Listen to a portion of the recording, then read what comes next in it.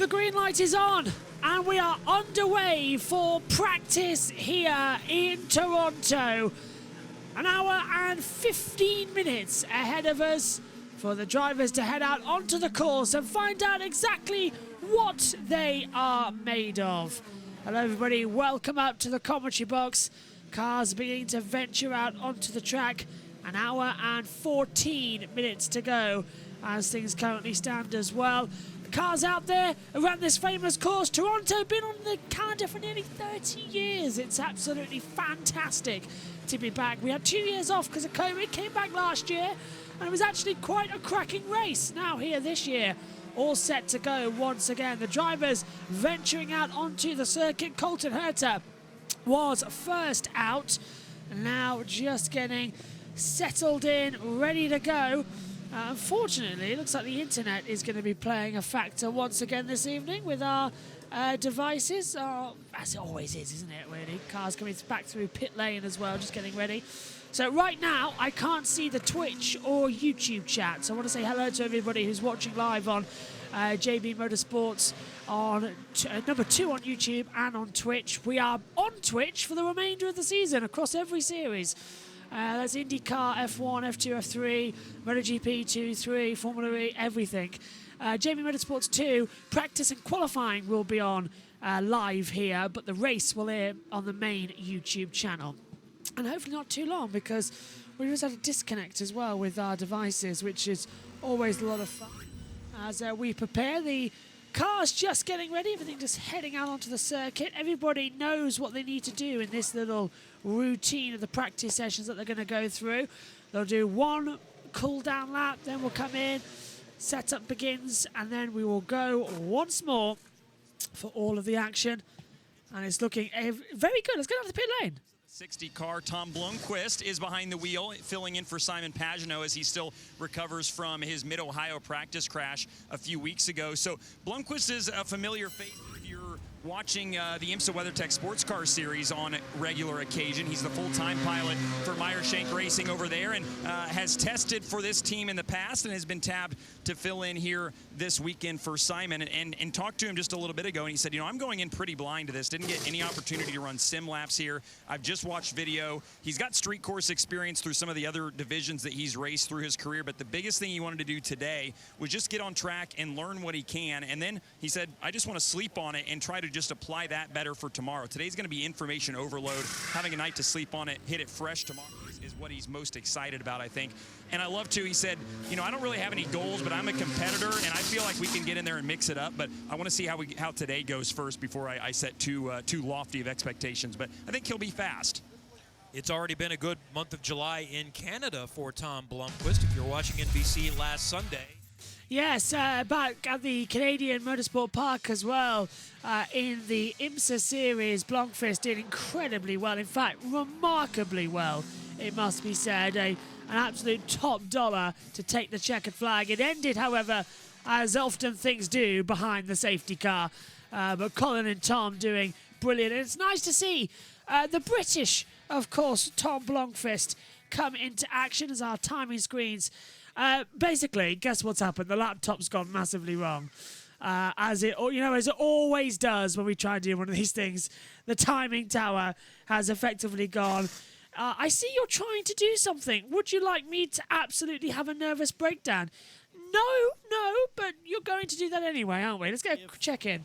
You think that Tom Blomquist will be this guy, Mike Shank's full-time driver in IndyCar next year. This is a golden opportunity. Treat this like a 3-day private test session, not private, but shared test session, where you get to learn a racetrack that you cannot learn any other way, that changes a lot year over year, but at least you get a baseline for what it's like on the streets. That's a golden opportunity. Blomquist has been to places like Laguna Seca, where he'll race in IndyCar if he is here next year. In Ohio. Yeah, I mean, he's got so much experience at all those tracks. So to come to a street circuit, I think is a big advantage if, in fact, his future is secure here. And there's a lot of rumors to that end. I think it is secure, looking at it as well, just to piggyback what the guys were saying there. I think this is the most secure we've ever seen a driver come in as well with Tom Blomquist. Simon Pagenaud, we know he's taken a couple of races out, but Blomquist's got a huge reputation already in the IndyCar paddock, and he's coming here feisty, ready to go, ready to learn as well, which has been impressing. I know many people over there in the paddock. So I've got a good feeling. I've got an incredibly good feeling that we're going to see him do well. As our timing screen started working, and hello to everybody on Twitch and on YouTube as well. The system is finally playing ball after a couple of minutes as well. So that's all good. Nice to see everybody here as well from YouTube watching on. Just waiting for the driver tracker to go. But everyone's in the pit lane. So it's like one of those things. Hello to Josh T.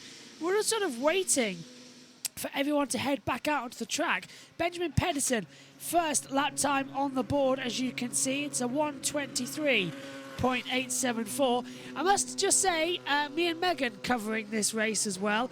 The team have the weekend off, mainly because I was overstressed and working after the British Grand Prix, and I couldn't imagine what the team must have felt during that time. So they've all got the time off. They've all got the weekend just enjoying themselves and relaxing, which is why you're just seeing me and Megan in the com team this weekend. Right, let's go back to button 2. And okay, driver truck is nearly there.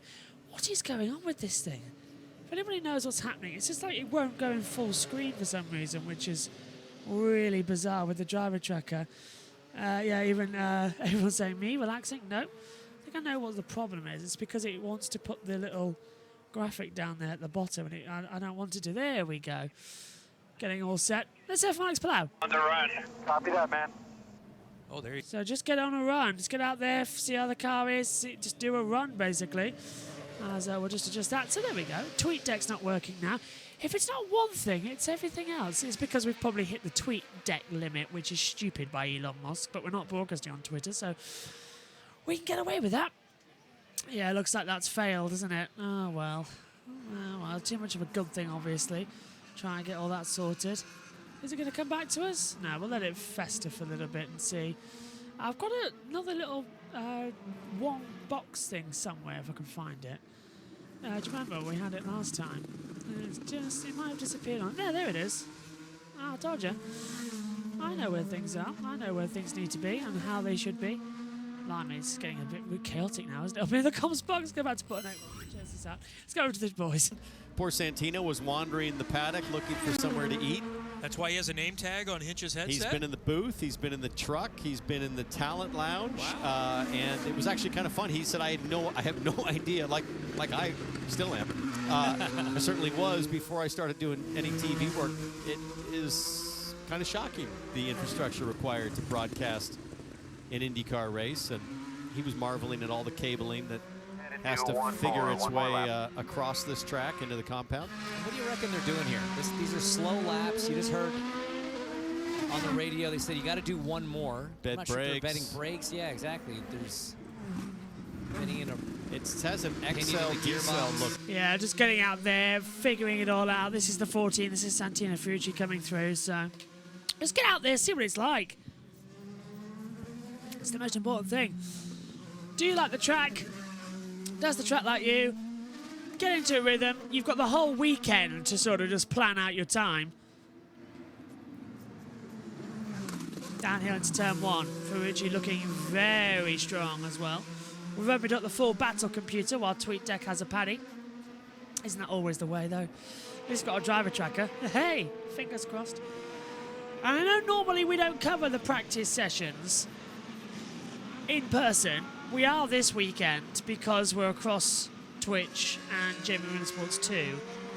It's just easier because then we're playing it super safe this weekend, so we don't get banned from anybody. Just while we're getting it sorted, because guess what? The copyright thing still hasn't been sorted. They denied the counter notification, so now we're having to talk about emailing actual copyright YouTube through it and saying, look, why have you done this? The company doesn't. It's a massive mess. So for now, that's why we're on Twitch. We literally want both. We downloaded some software, got it working. Hey presto, we're now on Twitch and YouTube, and this is how we're staying from now on. A lot of curbs down there on the track in terms of the 4 drainage covers, and the one that came up last year and it substituted a caution during the race. I don't know if you remember that one, but a slight worry as Benjamin Pedersen goes over them into the last corner. Really weird pit lane here. They swap sides. The pit lane used to be here on the inside line where the racetrack is. Then we swapped sides around about 8 years ago, and it's confused everybody. It's a lot tighter on the inside line than what it used to be. And let's take another look then at the lapped traffic that we've had here. Mid-Ohio, July the 2nd was the last time we raced. Alex Pert on the inside, passing Benjamin Pedersen. It was a great move because it needed to be a great move. It had to sort of commit as early as possible. Isn't TweetDeck always having a paddy? Always having, yes. Yes, it's always having a paddy. It's just getting annoying, TweetDeck. It's going behind a paywall as well. I'm like, really? You want to put that behind a paywall? There's the emoji signal as well for Pato Award swing and Benjamin Pedersen. And another one from Graham Rahal. Yeah, he would have really been all over the place. This is what he said. No, he's not even in our race. He's in a race of his own, but anyway, it is what it is. But we lost 3 or 4 seconds in that exchange because of the 55. But yeah, it is what it is. You know, it's give or take in the series, and you know, if I'm a lap down and 55's behind me, who knows what I'm gonna do. All right, you guys are racing drivers. Perspective from both sides. First, let's look at it from Benjamin Pedersen's. Well, I talked to Benjamin Pedersen at length this morning about this, and he said, listen, I didn't break the rules. I didn't have any warnings from race control. I don't regret fighting to stay on the lead lap with Palou, but I am a rookie. I'm still learning, and I definitely wouldn't do that again once I fell a lap down. He didn't say this, but I heard from someone else on the team that he was getting a lot of coaching as well over the radio to keep fighting. Always keep fighting, and I would agree with that to Benjamin Pedersen's statement, because the one good thing that we've seen with this series is that it is so strong. It is super strong at getting lap traffic back up there. If you go a lap down, you can easily come back up, especially in a crazy race. Mid-Ohio was slightly dull. Nothing was really going on. But like when we get to Nashville, Marcus Ericsson was up in the air, came back down and won the race in 2021. So anything is possible. First lap times on the board. Armstrong 104.0319. Stingray Rob second, Blomquist third, Pedersen fourth, Longard fifth, Ferrucci sixth, Castro Neves is in 7th position. I see Josh T's across both decks. He's across Twitch. I'll get the hang of that. And on JB2 on YouTube. Yeah, just a reminder for everyone watching on YouTube right now, practice and qualifying is live here. The race on Sunday will be live back on JB Motorsports, back on our main channel.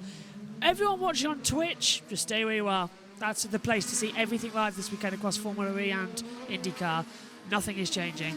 Everyone on JB Motorsports 2 on YouTube, practice and qualifying here. And if you're watching this on the upload to the main channel, sorry, it's YouTube, not me. But best of both worlds, isn't it? Now that we can stream a lot more.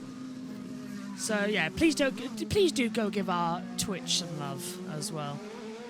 Josh T, get the Twitch thing in as well. Get everything in there. Armstrong now down to a 103.8989. Rob, Blomquist, Pedersen, Longard up there too. Ferrucci, Castro Neves as we ride on board with. This is going to be the lighter blue colours, so that is going to the lighter green sides. That's going to come from Stingray Rob at Dalecorn Racing. This is Benjamin Pedersen coming into turn 13, locking up, and that is the skate block that they have put down to cover some of the exit curbs mid-corner, and the skid block's getting there. There's our link to Twitch as well, so that's going good. So it's practice and qualifying live on JB2. The main race is live on YouTube on Sunday. But in case we can't by then, we've got a backup on JB2. Trust me, we're more prepared now than ever in case we get taken off air again. I have had a meeting with YouTube today. I can't say what we were talking about, but all I know is I know it won't happen again. Because we were shown something for an upcoming feature on YouTube, and judging by the nature of that, the things with the DMCA, Digital Millennium Copyright Act, by the way, would have to change for that to come into effect. So we've got some good things coming through. As we see car 11 of Marcus Armstrong cross the control line. He's fastest still and rocking at the lap times. 11th in St. Petersburg, 8th at Long Beach, 8th at Detroit. That's the street course finishes he's had so far this year. Our 4th street race of the year.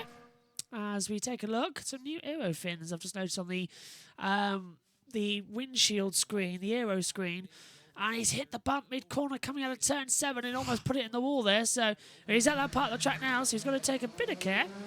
Slides the rear out. Megan's going to be joining us in the commentary box this weekend across everything. So it's going to be interesting. It is going to be fun. Are you ready why this is going to be fun this weekend? Because Ed's with us on Sunday, but Megan's with us for Formula E Saturday and IndyCar qualifying and everything there. So we are going to have a lot of fun with me and Megan in the box this weekend, where it's literally just us. The team need a break. Megan, however, said, no, I'll be fine. I'll come and help. Which is nice. I was perfectly prepared to stand up here and talk to myself for 90 laps on Sunday, but no, it's always how it goes. So we've done about 15 minutes. We've now got 57, 53 left on the clocks. And it is Armstrong from Rob, Pedersen, VK, Blomquist, Lundgaard, Ferrucci and Cashavers at the moment. The latters, 3, 4, 5, Pedersen, VK and Blomquist are out on the track. As you can see on the driver track, there's a few more just beginning to circulate out there. As the driver tracker goes faster and slower across the next hour. I think it's cost time to change it to the phone one, because I've just noticed the iPad's at 46% that we're taking off with the driver trackers. So all looking good. Cars still just tuning away in their pit boxes. Really unusual pit lane here. I don't like it. I must admit, I preferred it when the pit lane was adjacent to the start line. It used to be just on the inside, but now they've put all sort of fans there as well, and some shrubbery as well. It's the most unusual pit lane of the year for IndyCar. But this was the scene of the first ever standing start in IndyCar back in 2013. You know, you have those red flag panels we see now, and all the light panels on the side of the track. It was literally one of them, all the way down, that was going in bars up, and when the red bar hit the top, it would change to green. It was fun, but IndyCar don't do standing starts that well. Not with the clutch system, because they don't have the right clutch to build up the revs, drop it and go. There's not like they haven't got an anti-stall, so they were just stalling all the time. And they couldn't get it right. So it was just dropping the clutching and then just going straight away. With an IndyCar, with a Formula 1 car, you build up to around about 12,000 revs. It's already in first gear, holding the clutches, and then on the first start, you drop the clutch slowly out as you gradually put your foot down on the accelerator, and the revs build from 12,000 up to the maximum RPM, and then you change to first gear, second gear, third gear, fourth. In an IndyCar, you can't quite do that as well, so you've got to really sort of go more than 12,000. You've got to go find the middle ground when the engine's not going to go into anti-stall and sort of go, no, not going to do it. So you've got to find that limit, and then because the clutch isn't designed to gradually slip away, you've got to find that buy point where you've got to drop it, but you can't just drop the clutch. You've got to sort of go like that. So you've got to go very quickly to feeding it to dropping it. And it's so hard to get a car, an IndyCar, off the ground like that. That's why you see in the pit stops, they're not revving. If you ever see an IndyCar pit stop or listen to it on the back of our coverage, if you ever see it, they're in the pit box. They're like Formula 1 when they come in and they go, wah, wah, wah, wah, wah. They literally just go there, stand still, down, pedal right down. That's it. That's how you got to do it. Pedal right down, and then you just light up the rear tyres and away you go. It's the only way you can get one of these cars off. Why? I don't know. It destroys the tyres, and it's time-saving to an extent, but it's because these cars are not built in with the same electronics. That's how it is. So It's a crazy system, it's a crazy world, but that's how we all love it at the moment. On board with Blomquist now in car 60, in the Silas XM liveried car, the bright purple, of course, sitting in for Simon Pagenaud, who, after having, 6.5 barrel flips last time out at Mid-Ohio, remarkably so, just decided, yep, I'm not going to do this weekend. He's still ruled out on the concussion grounds, which is a perfectly fair thing, I think. Hopefully he's going to be a lot better soon as we continue to go forward. This is round 10 of the season, the IndyCar Toronto, Honda Indy Toronto coming through as well. In other words, IndyCars are different to Formula 1. Yes, basically.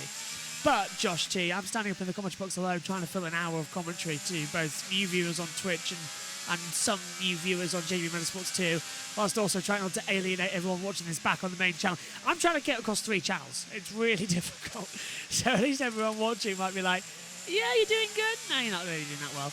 One more with Blomquist, he's done a lap time. His best lap time, by the way, filling in for Pagenaud, is a 106.2965. Lundgaard's just got up into 6th place, actually, in the 45 lime green. And this is the 20 of Ryan Hunter-Reay hitting a... he's run over down towards turn 1. One of those manhole covers. And he's run over it. And the front tyre just sort of dissimulating under the load as well. It's sort of got from like a rock-hard steel to like a flabby pancake at the bottom. And then the front wing just grazing across the little dip in the manhole cover. Looks absolutely superb in super slow-mo. Blomquist into the last corner, past the stadium as they come through. What's he going to do then? A rookie for Blomquist, 29 years old, from Cambridge in England, United Kingdom, that's where I am right now. IMSA WeatherTech Championship GTP class, 27 starts he's had there, 19 wins. He was the IMSA WeatherTech champion in 2022. He's a 2-time Rolex 24-hour winner at Daytona. This is his first ever IndyCar. Of course, Formula E driver. Some success there, no race wins, but he's been very competitive in that series when he ran there about 3 years ago. So let's see. Definitely deserves to make his debut in the series. Definitely deserves to say, yep, I can be stand up and be counted, as we lose our driver tracker. As the, guess what? The screen is not working entirely well. Just keeps fading out again. Like, it's not the lead. I think it's because it's done that thing again. Yeah, the laptop needs restarting. It's having a paddy once again. So let me just sort everything out before taking a look back to Twitch. I'll have to put that in here. Oh, we've got radio. Gonna need to work on the pit in too. Pit in, like it's all that little stuff, you know, reminding him, getting him to remember the muscle memory of where neutral is, what the procedure is to get neutral in this car. When do you do that on the way into the box? All these little things. He's just trying to figure out which way the corners go, and then he comes to pit lane, and he's got all of about a second and a half to figure out the neutral button, where I'm pulling into my pits. There's a sea of colors that he's not used to seeing on pit lane. There is so much to digest. Muscle memory is exactly how he described it to me too. And think about that. You know, we talk so much about how competitive this series is, and then you throw somebody in that has never done this. That is a huge task to just to not only be competitive out on the racetrack, but just do everything, all the small things right that can make a difference between you finishing 10th or 20th. So this is a huge task, and he realizes it, but that was exactly the terminology he used, and the things that he wanted to use to kind of get nailed down was just the muscle memory thing. Yeah, we've got that open now, so we can take another double look at it. He's back into the pit lane. He's first on the pit stop deck as well, is Blomquist in the 60th Pagenaud as a rookie. He's right at the back, so it's really hard to come through. Hello, Amy, who's watching on JBMotorsports too. Actually, I'd just like to have I know Twitch, you've got some, 4 viewers in here right now. Thank you very much, and welcome to the party on our first day full streaming on Twitch from now on. I know that'll grow, but we're on JB Motorsports 2 live on YouTube, and I want to say thank you to everyone who's making the trip over as well, as I know recently we have been on the 1, now on the 2, but thank you to everybody watching today. It really does mean a lot, as it's such a tight pit in. That's going to cause him some problems. No power steering in these Indy cars, and that is going to be Blomquist making a very tight entry call on Sunday. So they'll be practicing all different variations of that across the 2 practices that we get. Just a reminder, it's 2 practice sessions, one at 1 hour 15, one at 1 hour, but that second session, if we get a red flag, can overrun. The clock will stop and we'll start going again. Qualifying, that's going to be Group A and Group B, both 10 minutes long. Then we'll go from those sessions, we'll take the fastest 6, combine it together and have a fast 12 session, again, another 10 minutes. Then we'll have a Firestone fast 6, right at the end, 6 fastest drivers all going for pole position. That will be a 6-minute shootout for the Firestone fast 6. Yeah, so that's what we're going to have tomorrow for qualifying. Sunday, they'll have a warm-up session. We'll be live, though, for the race. Getting underway on 6:30 British Summer Time. Green flag at 6:45, so plenty of time for a quick build-up. Tomorrow's race day for Formula E as well. Myself and Megan in the comms box, we're looking forward to it. Betty, it's going to be a very great day. Formula E airing live across Twitch and JBMotorsports 2 with full uploads to the main JB Motorsports YouTube channel. IndyCar live on Twitch throughout the weekend. Practice and qualifying live on JB Motorsports 2. Race live on the main YouTube channel. That's how we're working it, because we don't get our band finished until Sunday at 4 p.m. Fingers crossed. If not, then it'll be on JB Motorsports 2. We've already prepped for that. It's how it goes. Honestly, I'm just looking forward to getting this all sorted, and fingers crossed we might get it sorted by next week for the Hungarian Grand Prix, and then knowing our luck, we'll have it happen again. But hey, look, we'll just keep going, keep doing what we're doing. Most starts at IndyCar here in Toronto. Dixon, Power, Cash Evers, Hunter Ray, they've all had 16. Ray Hall's had 15. 11 for Newgarden. Wow, I'm getting old. Rossi's on 5. Herta, Rosenquist, and Ericsson all on 2. But I am definitely getting old. But Newgarden's had 11 here, because I remember him making his debut in, what was it, 2013? Yeah, because we've had some double headers here, haven't we? It used to be 2 races for Toronto. Now they've just taken it back to a 1. As we look at not Ryan Hunter-Ray, but Romain Grosjean, who's had a, let's be face it, he's had a quite horrible time this season, hasn't he? Rumours going around that he's bye-bye in IndyCar. Silly season well underway. This is his weekend to perform. I think for Grosjean, he has to perform this weekend, otherwise he's gone. St. Petersburg 18th, 20th at Long Beach. I couldn't quite see what it was at Detroit, but I know he didn't do well. It's funny, I still think of Detroit as Belle Isle, not the city street course as well that we had this year. Let's have a look. Homie's Butt on JB Motorsports 2's YouTube. Thanks, YouTube, for the stupid strike for no reason. I agree. And they denied the counter notification as well, so that was... I have to go through copyright YouTube's email. And I won't get rid of that. That's probably a thing as well. That welding across one of the drain covers at turn 14 doesn't look too good there. I'm slightly worried. He also says, so happy to hear Alex J's on comments today. Yeah, he's at Goodwood Festival Speed along with Ben Edwards. Josh T says, I'm guessing you've heard about the BTCC silly season. Yes, Jade Edwards. She's left Team Hard and has gone back to One Motorsport, which I think is about the right thing to do. I'm hearing also that Jason Plato might be taking her place for the rest of the season. And then this has been a thing coming since Thruxton. So we'll keep an eye on that. There's a lot of focus here, as there is often in Toronto, about the track. And when I say that, I mean the track degradation, the actual physical tarmac coming away from the surface. Because there's a couple of bits that are going wrong. Traditional shape. Don't make up for braking early by softening sooner. I would imagine it's difficult. That's Benjamin Pedersen there, just being told where to brake and where to go. Yeah, big twitch actually coming out turn 7. I think with Jade, that's going to be good that she's moved teams. And I think coming back in as well to see Jason Plato, that would be even better. So as they fly down into the braking zone, we've got some times coming on the board, but this is Benjamin Pedersen going to take a slide in the 55 car, just losing the rear. Snaps away mid-corner uphill, and it snaps at the exit as well when he turns into the turns left, car onto steers to the right as well, and it's vice versa everywhere. So, yeah, very dangerous part of the track.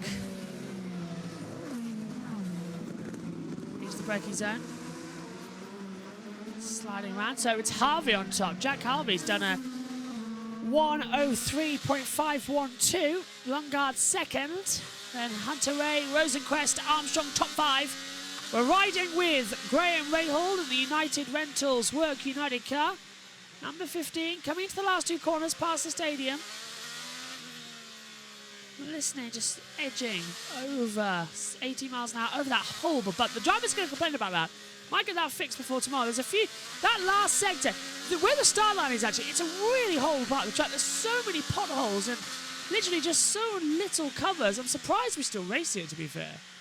It's a great track and all, but in parts it is so bad. So bad. Turn 1, a long sweeping hairpin. This is in kink at 2. 3 and 4 now in the braking zone. Hard on the brakes. Into 3. Uphill. Kink at 4. Rotates back towards the stadium. 5 and 6. We're basically racing around a car park here as well. On the surrounding roads. Favourite part of the track now. Sweep out of 6. Down the back straight. Kink at 7. Open up the engine. Hard brake into 8. Down. Second gear out of the 6. Past the stadium. 9 and 10. This is where the danger zone is. Pit lane entrance is so dangerous. A lot of manhole covers. Bumps up in the air for Rahal as well. No power steering. If he hits it wrong, then this wheel's going to come out of his hand. He's having to grip it so tight as well. Cross the line out of 11. And where does Graham Rahal go? Up into... No, stays 8th. Okay. 103.8571. Thought there might have been a slight difference of opinions, but sadly not. As they come through, Harvey set a new personal best, 103.450, but it's Felix Rosenquist who has topped the timesheets here. 103.2826 with 42 to go. Will Powell just ahead there. Will Power. That's Powell. That's because Josh Teese put Powell has gone. Jade to JBMotorsports. Darrell Dillon replaces Jade at Team Hard. The first Philippines driver of BTCC. Oh, it's Darrell de Jong. Oh, okay. I was thinking we were going to have Jason Plato, but okay. First Philippine drivers in the series. That's even cool. I'm just hearing... Where's Lee Diffie? Is Lee Diffie doing something? Because in my ears, I'm hearing more of Kevin Lee up in the commentary box. So that'll be interesting. Of course, IndyCar this weekend is exclusively live on Peacock, so our watch-alongs here on Twitch and YouTube are the place to be. So watch it all, and with our driver tracker timing, it's all going to be well. Hopefully TweetDeck's better by the end of the week, otherwise this is literally going to be an interesting way to take things through. What's happened to our timing tower? Has anyone else noticed that? Honestly, you try and get things sorted, and it just dies on you. What's going on? Look at it. It's all over the place. Honestly, you try and just have a little bit of a good thing. You try and get it all sorted. And the timing tower just basically goes, I'm sorry, but the number you've dialed doesn't exist. Please try again when we actually care. There we go. Look at the cars at the moment. Ton of drivers now. There's the 29 coming through as well. Top of the board for Devlin Di Francesco. Still on 103.116. So Devlin goes to the top of the board, looking even better.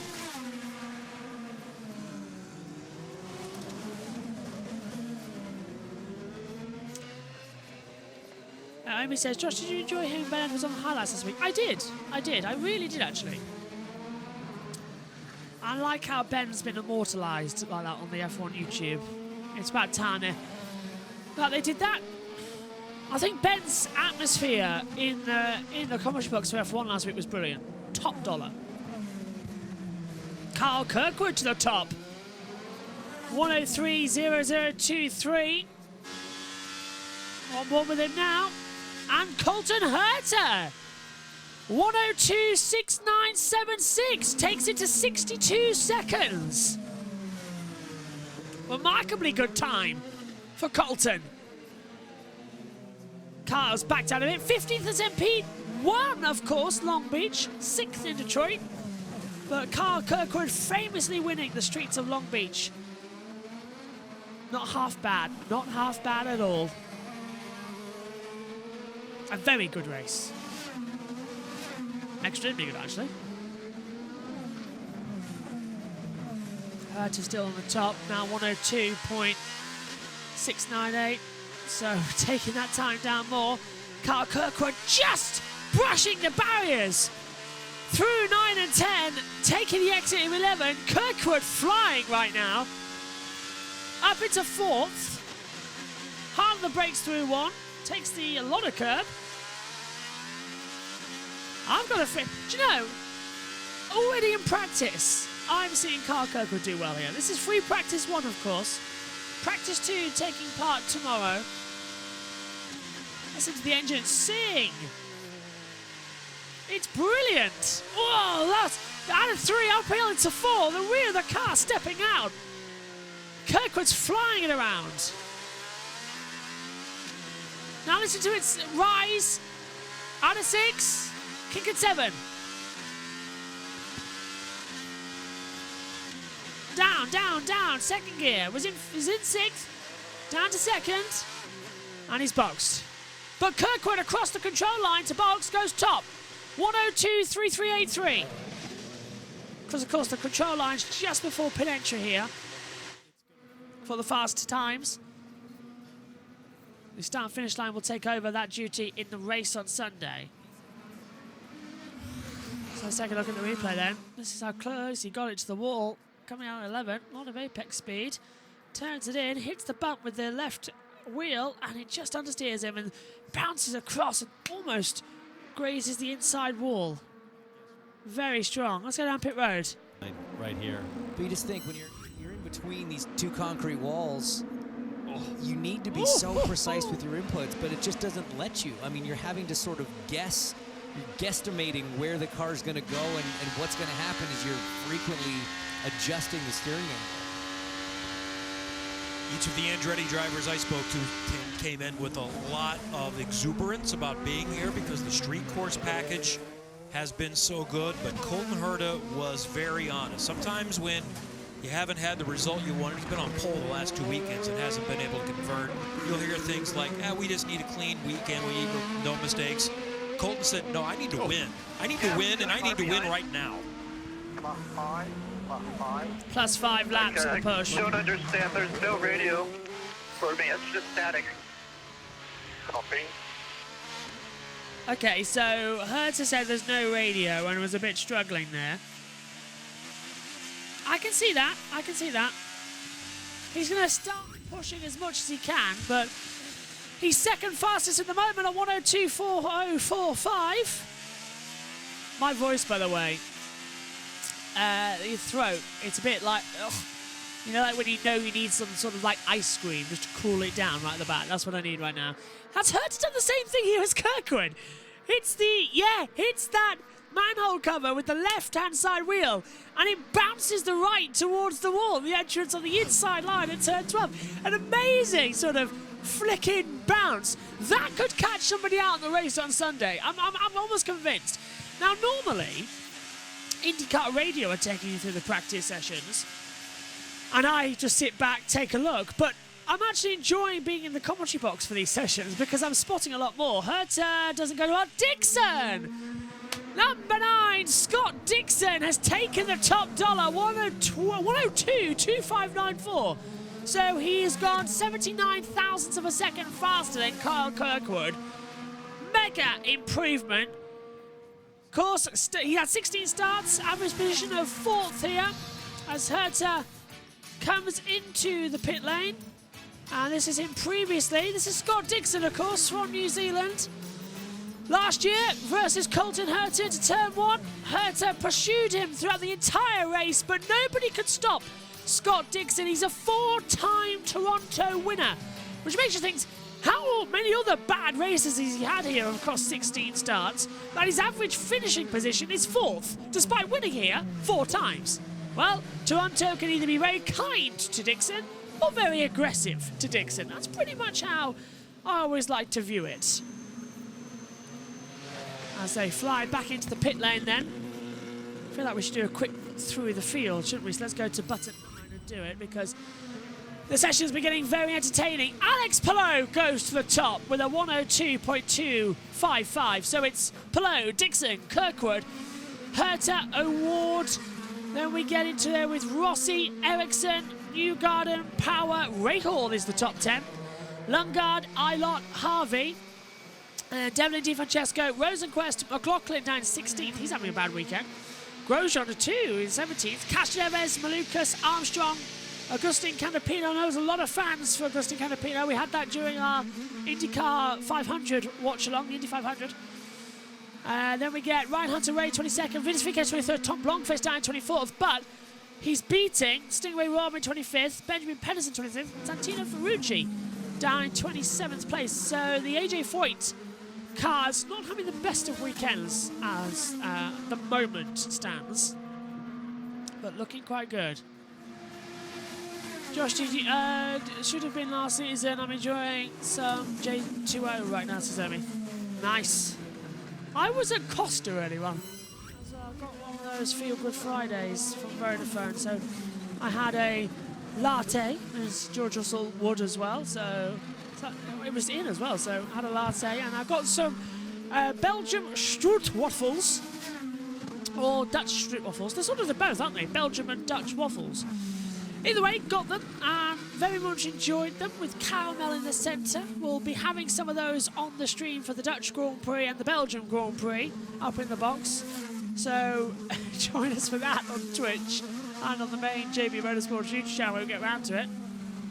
For those of you on JB Motorsports 2 watching live, by the way, do check out the highlights that Omi has created from the British Grand Prix, and we'll be doing that for the rest of the season.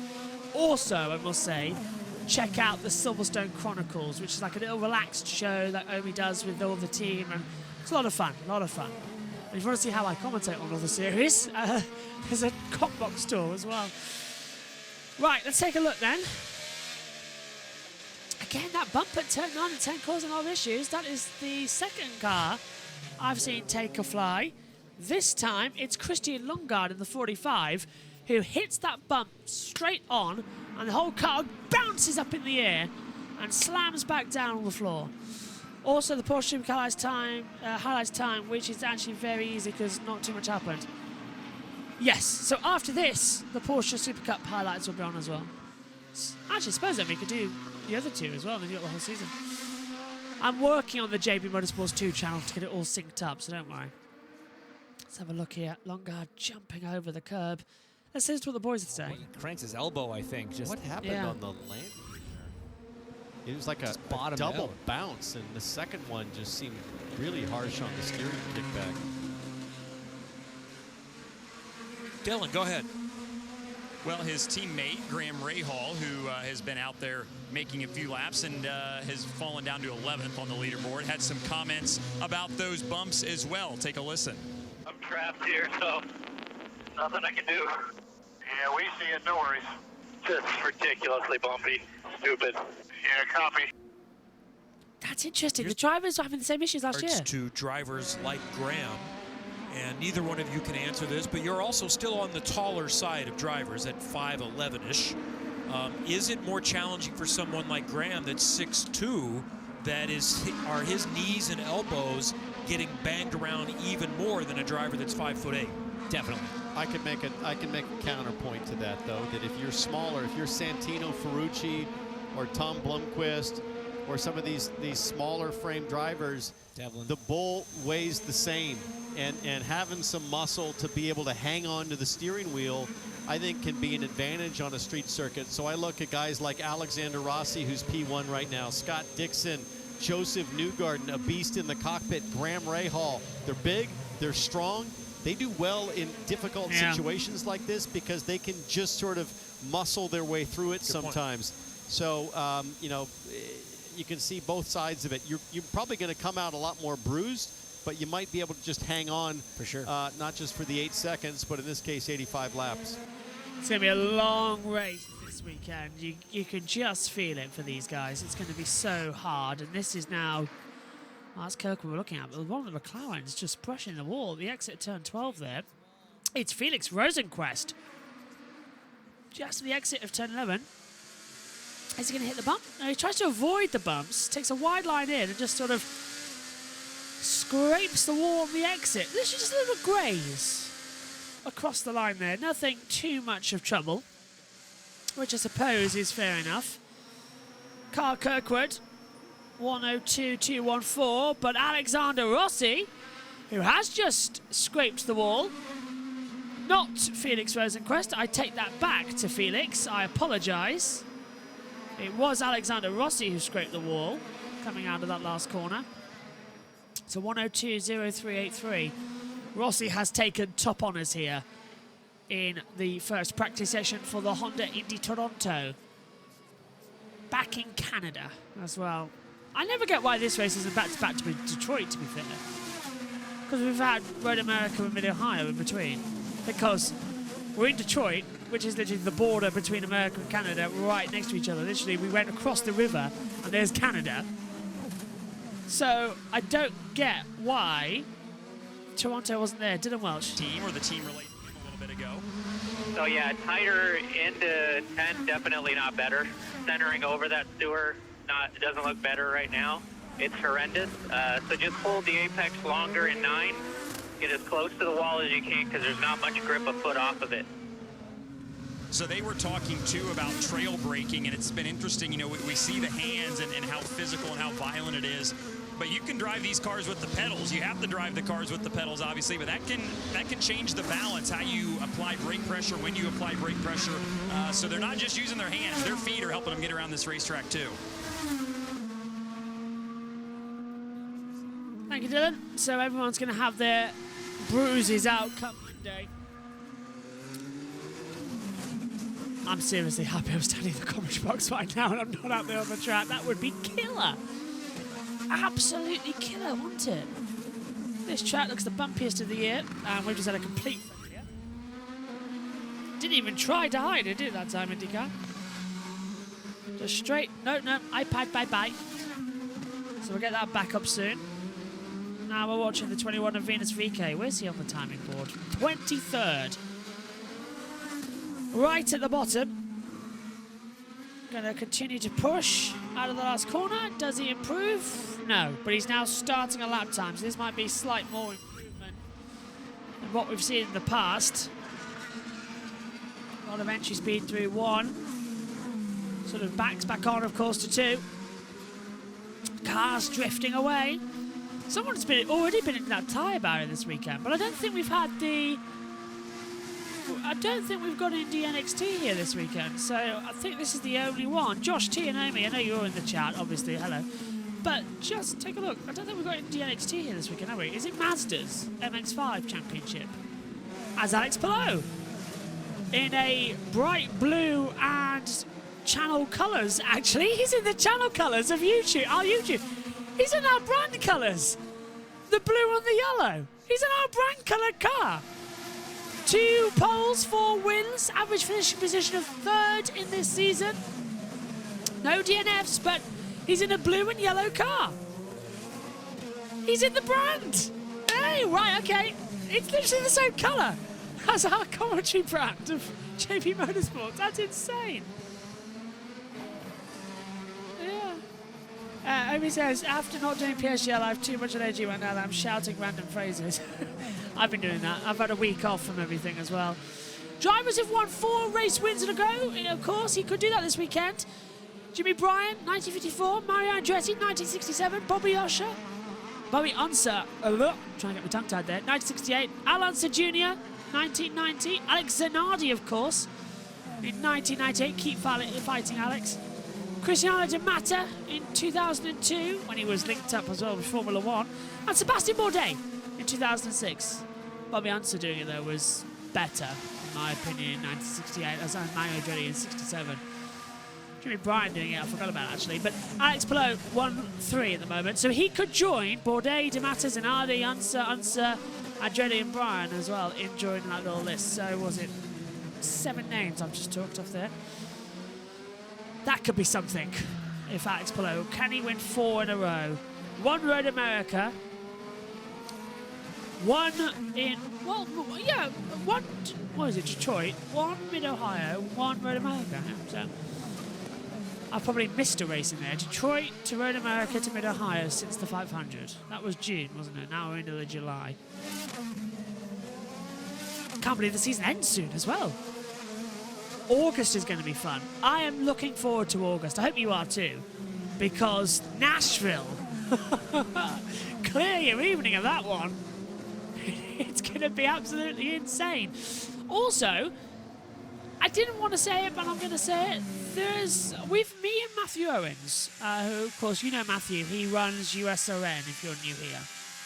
We've had a conversation, and I'm looking into the possibility. It's only a possibility of NASCAR next year.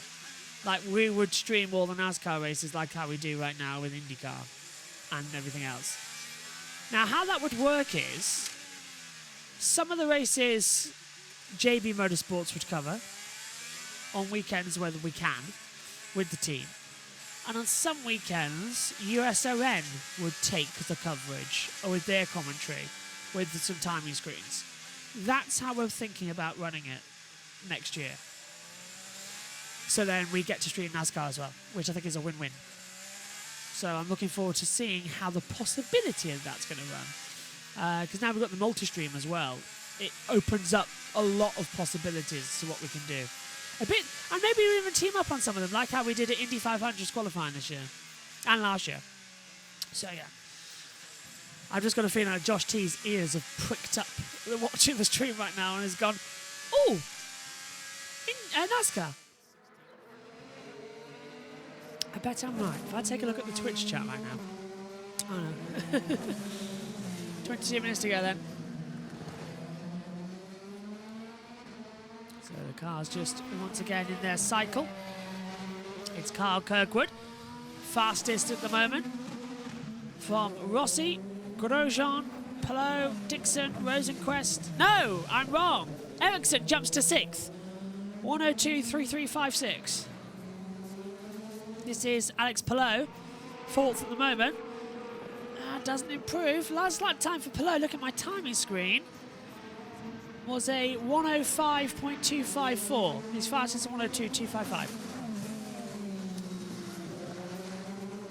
So at the moment there is a few changes for Palou. He's just out there going, well, what tyre is he on? Primaries. Everyone's on primaries. Okay. I withdraw my statement.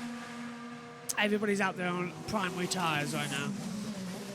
Literally, my timing screen, I can't even read it with glasses on. It's on a tiny monitor, and it's just out of vision. I need to redo this commentary box, I really do, in terms of where the monitors and positioning are. Just about to see the driver tracker. As the field of play continues on, I feel like I'm calling the news here. On board with Callum Ilott. Into turns 5, then round at 6. Before the opening up of the engine. So right, oh wait, what are we seeing now? Alex Palou, the Spanish driver, what's he up to? And I'm ready to scream at Vegas next week at PSDL, I know. Oh, this is Palou. Has he touched the wall? Palou, has he, where was that? What, is that last year? I was going to say. I don't remember Palou hitting the wall in this section. That was last year he hit the wall in practice. Then in qualifying last year, yes, I remember this. When we did the highlights, Palou stopped on the track and caused the red flag and really annoyed me actually because I had somewhere to be. So he delayed us. I remember that actually. When we did the qualifying highlights, now we just do everything live. Which sometimes is good, sometimes bad. And the reason I say sometimes good, sometimes bad is because you get the risk of copyrights. Which is so unfair because what do we do? It's literally me standing in front of a timing screen. I mean, come on. Still, it'll be fine.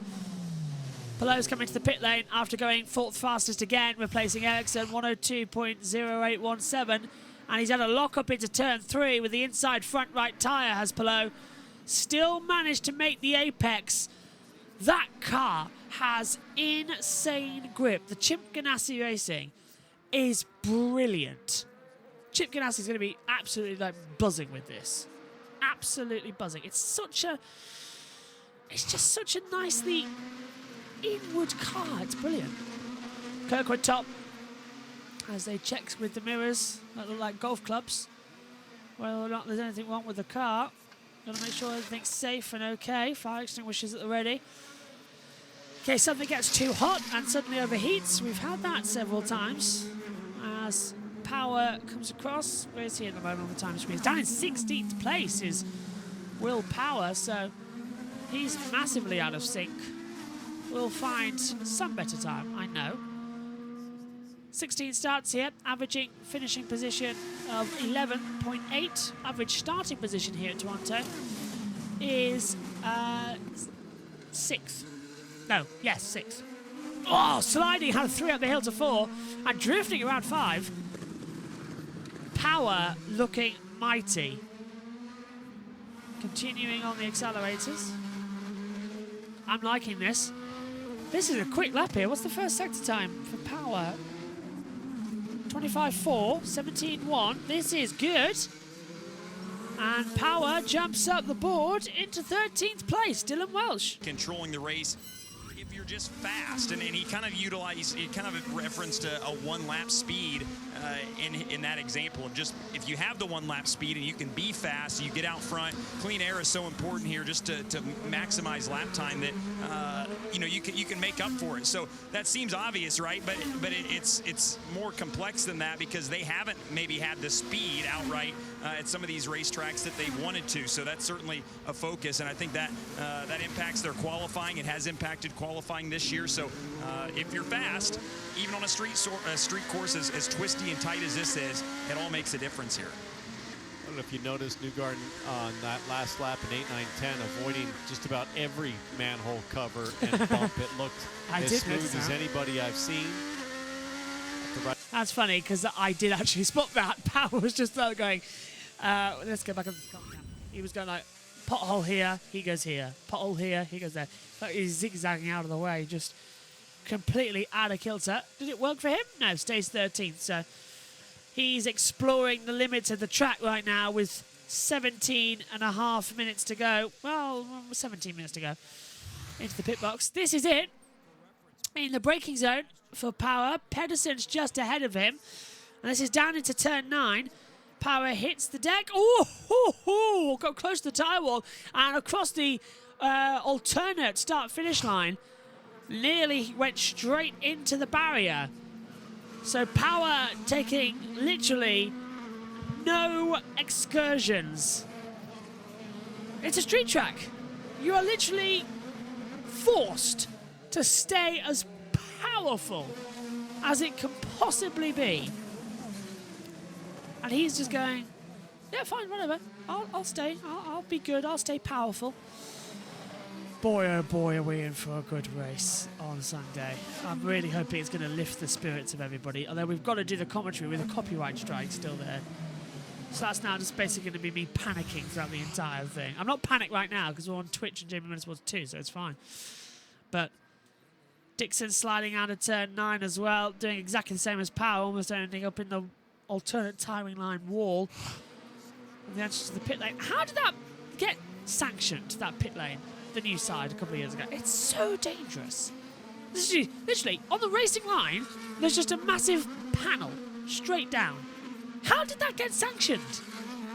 I'm amazed. Like in Indianapolis in the 500, we've seen big accidents in that pit entry before, even a couple of years ago during COVID, and we haven't had one there. Seems a bit odd to me. Oh, Marcus Ericsson, you heard that on the stream as well. Hit that manhole cover coming out of turn 9, and black smoke erupted from behind that car. Where is Ericsson right now? Actually, where is Ericsson right now? He's 5th fastest, and Palou's on the alternative tyre now. Ericsson 5th for Chip Ganassi Racing. He's done 17 laps in this session, so they're getting their workouts here, which I think is probably the best thing. they need to do it. Sorting my neck out. A lot of tension in it as well. Sometimes it just needs a bit of a crack. Because I'm always standing up and I never really move my neck, so the fluid sort of builds up right in the back. And it's, oh. Lundgaard! Christian, look, did you see that? The timing tag. Lundgaard shot up from around about 15th to the fastest. 101.6.996. Remarkable from the 45. Rahal now jumps up to 15th place as well.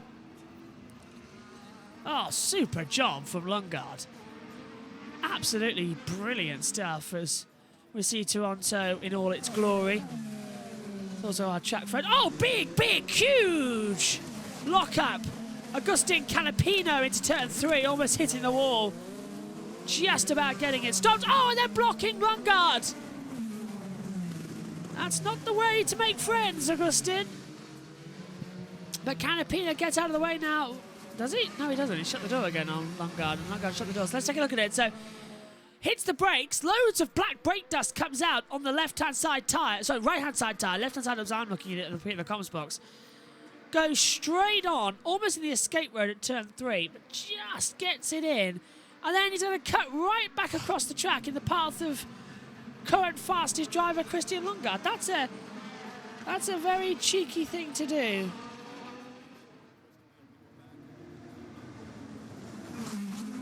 Agustin Canapino there, the rookie, 103.1604, 17 laps completed in this session, and he is, as I said, down in 21st place, 22nd place, as Ryan Hunter-Ray has gone up there. This is Pato O'Ward. He's 4th fastest at the moment. Pallot's gone to the top, 101.323. And O'Ward, currently 4th fastest, over the bumps, into turn 9, across the alternative timeline. Does O'Ward improve? No. Stays 5 for McLaren's 5. So sadly not improving. He'll find something soon. Now they plug it in. Car switches off.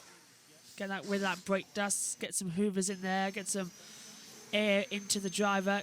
Nice little blowout as well with these massive fans. So Palou, Lundgaard, Kirkwood, Rossi, O'Ward, the top 5. Ericsson, Grosjean, Dixon, Newgarden, Rosenquist, top 10.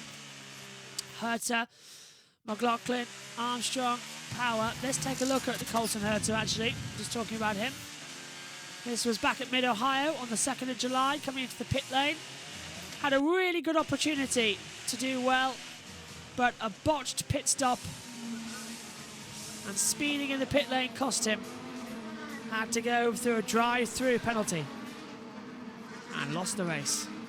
That's how easy it could just disappear in IndyCar. Now we're watching him now. He's 11th fastest, Colton Herta. And continuing. He's on the primary compound tyre at the moment. Only Palou and Lundgaard have switched the alternate. Now Harvey has, actually. But in terms of fastest time, Palou and Lundgaard have done it on that time. Herta brakes. Oh, by the way, just because I'm not with PSGL this season doesn't mean I'm not going to stop going on about this amazing GTO Mega Cheer, by the way. And I will be back with them next season. I'm just taking a break as we get everything else sorted. Just listening to Herta coming out of 6. Let's listen up to 7.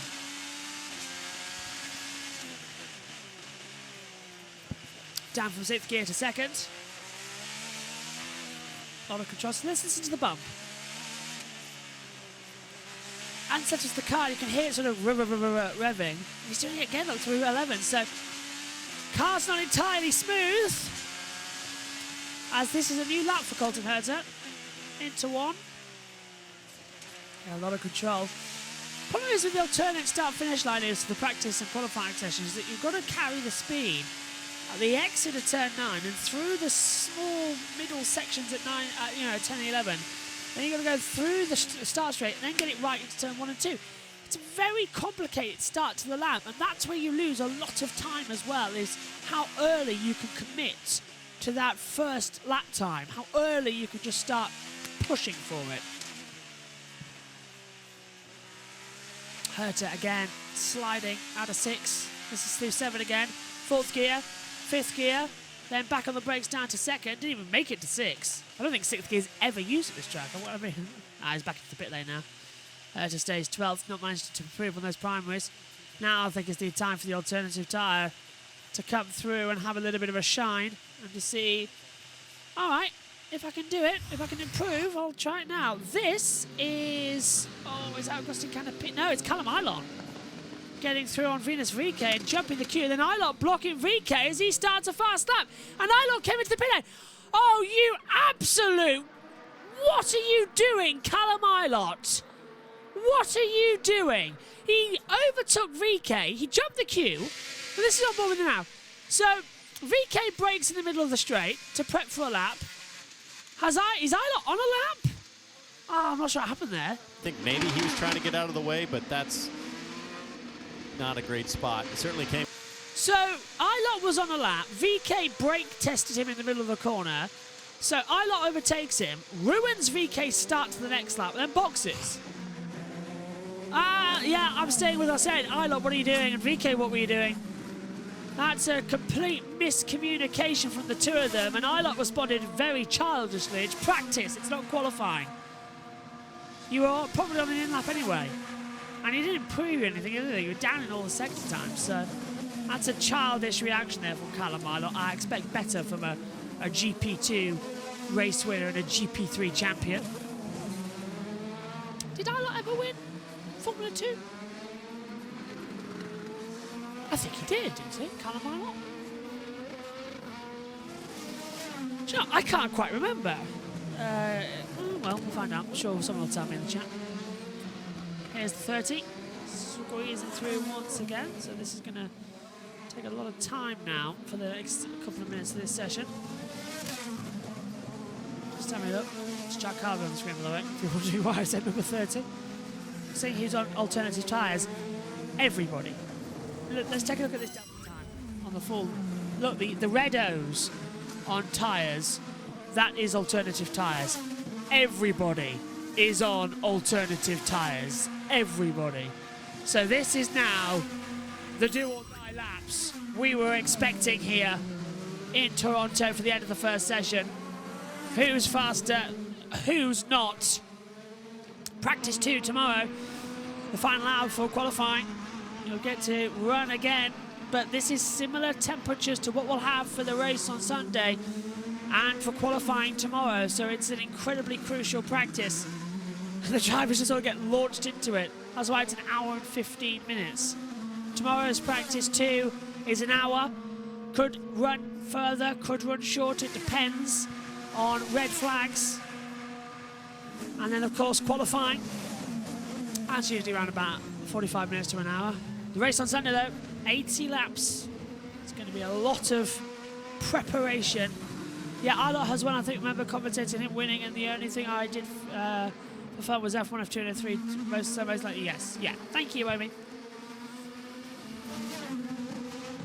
Lundgaard up to 3rd. Rahal to 4th. Kirkwood below still 1-2, though.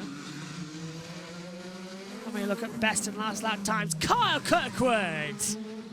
101, 123, 7. Very good lap time there from Kyle Kirkwood. Alex Palou is 2nd. With 6 minutes to go with this session. That's cool. I want to see on the back of Cash Nevis' car. Cash Nevis 8, by the way. Haven't seen those before in IndyCar. Brake covers, so like the wheel covers, but as fans. That's clever. So it's an oval disc, but with a fan on the exit, so it's circulating the air into the brake discs and cooling the brakes. That's clever! Lundgaard giving us all a heart attack coming out of turn 9. We're just stepping out, and he managed to save it expertly. Dixon goes 2nd. Ilott goes 4th on a faster time. So they are changing it up as what I expected them to see in this session. Oh, blimey. Talk about a heart-stopping moment. Newgarden gets himself back on track. He goes 4th, 101.3779. Power, 15th, beats Ryan Hunter-Ray. on the cut-off page as well. This is, of course, the first practice session for the Indy Toronto GP. Practice and qualifying here on JB Motorsports 2. Main race on Sunday will be on JB Motorsports, so the first channel. Live throughout the weekend on Twitch, on everything, so if you're watching there, you don't have to do anything. Multi-streaming from now on. Oh, and Lundgaard's fast lap has been absolutely ambushed by cars coming into the pit lane. And this is the big save from Lundgaard coming out of the last corner. Opposite lock, heading towards the wall, and just a snap correction. Gives a thumbs up as well. So I wasn't dreaming, so it was Omi, yeah. He wasn't dreaming. Just double checked, he's won, yep, a few times, good. Can't remember if Filos won the championship, that was the thing that I couldn't remember correctly. This is Newgarden in Power's livery. Oh, that's not going to get confusing throughout the weekend, is it? First time we've seen Newgarden on the TV pictures this weekend. He's literally black front, red back. That's Power's livery. That's not going to get confusing. And they're both, Power runs 12, Newgarden runs 2. That's not going to get confusing at all up in the commentary box. Brilliant. Mick won it in 2020. Thank you. Omi. Grosjean to the top. 1 minute. 8.575. Herta second. 1 minute. 0.9135. Our first 60-second lap times here at Toronto. They could go down to 59 seconds, of course, on qualifying day. The alternative tyre will be pushing into the max. What can we get here? Newgarden out of the last corner, crosses the line. Stays 7th. Grosjean, Herta, Kirkwood, Power, Dixon, top 5. Correction, Grosjean, Herta, Rossi, Kirkwood, Power, top 5. Rossi sneaking back up there. Rosenquist, second. 1 minute 8.607. Literally 0.003 of a second the difference, and straight on turn 3, I believe, went Callum Ilott. Yes, no, it's Agustin Canapino. It's the other one, his teammate. This is how he did it. And this is one of the McLarens to turn 1, and he's getting blocked now by... Who is that? Can't quite tell on the front. VK. Oh, now VK's blocking again. And VK's blocking again. Oh, and Canapino's blocking on the middle of the line. What? Same McLaren getting blocked. Pato Award. Pato now getting blocked. So it was Rossi before getting blocked by VK. Now Award's been blocked by Agustin Canapino coming through the stadium sector. This is... I know it's a tight track and all, but this is getting a little bit silly. You know it's getting silly when I'm saying it's getting silly. Oh, and a touch the wall for Rossi for the second time today. This time on the rear left of the car, coming out at that alternative start line that I mentioned earlier on, would have the accident zone. Oh, just a touch. Slight kiss.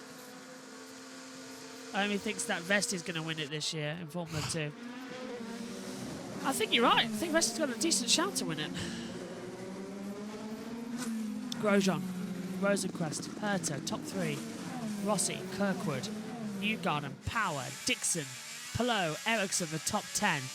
Last 60 seconds then of this opening practice session for round 10 of the season. The Honda Indy Toronto on board with Blomquist. He's 26th at the moment. Not last, but actually he might be last. No, he's 27, so second to last. Who is last? Santino Ferrucci. Are we surprised? I'm not. Santino Ferrucci has about as much talent in IndyCar or any racing car actually as Nikita Mazepin does. Anyway, Kirkwood 1 minute 0.8075 goes fastest. Sorry, I know I'm harsh, but it's hard to forgive Santino at some point. Kirkwood goes to the top. Ericsson goes 5th. And Blomquist looking good. Checker flag will be out soon then, and the session will come to a close. A satisfying hour and 15 minutes of running then here. Mighty good session. Flags out. Green to checkered. The session concludes. And Blomquist on a lap time. Carl Kirkwood looks to end this fastest overall. We'll keep this open to see if he does indeed take that challenge and that mantle that's been given to him at the moment. Timing towers are changing a little bit. Carl Kirkwood, well, everyone 2 to 7 in the pits. So, yeah, I think that's about it, really. No one else going to be having much. Checker flags out. That's a brave marshal putting their hand out that part of the track with the checker flag. I would have done it on the opposite side of the circuit, personally. Safest. And McLaughlin goes 5th. McLaughlin manages to steal a place on Ericsson at the line. Very impressively done. As everyone's practiced the pit stops coming in, so has the 60 of Tom Blomquist. Nicely done.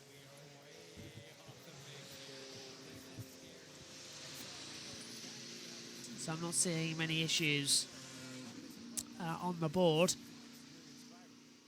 So it looks like everything has come to the checkered flag moment and everybody else has now finished their lap times. They have indeed. Practice has fully come to a close here for the Honda Indy Toronto first session. Very interesting day ahead of us tomorrow with second practice and qualifying. Race on Sunday. Brilliant session, I think, from Blomquist to get in there. Here's your session results then. Carl Kirkwood tops it. Second position for Romain Grosjean. Felix Rosenquist is 3rd.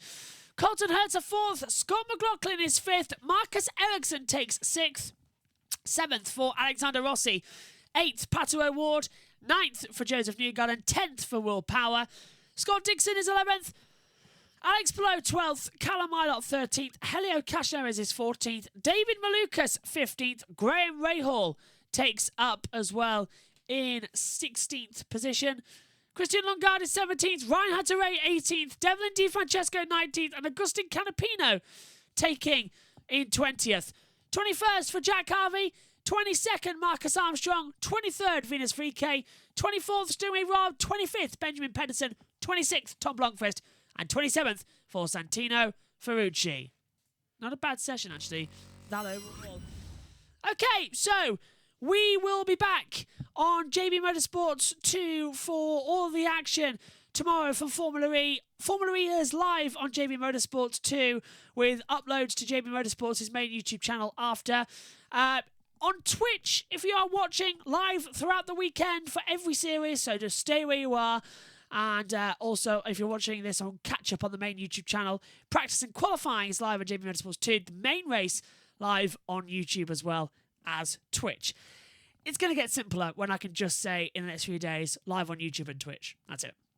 So we'll be back tomorrow morning at 7:05 British summer time for Formula E's second practice session. Bright-eyed, bushy-tailed. We'll see you then. But right now, Carl Kirkwood tops the session here at Practice 1 for the Toronto Grand Prix. We'll see you tomorrow. Bye-bye.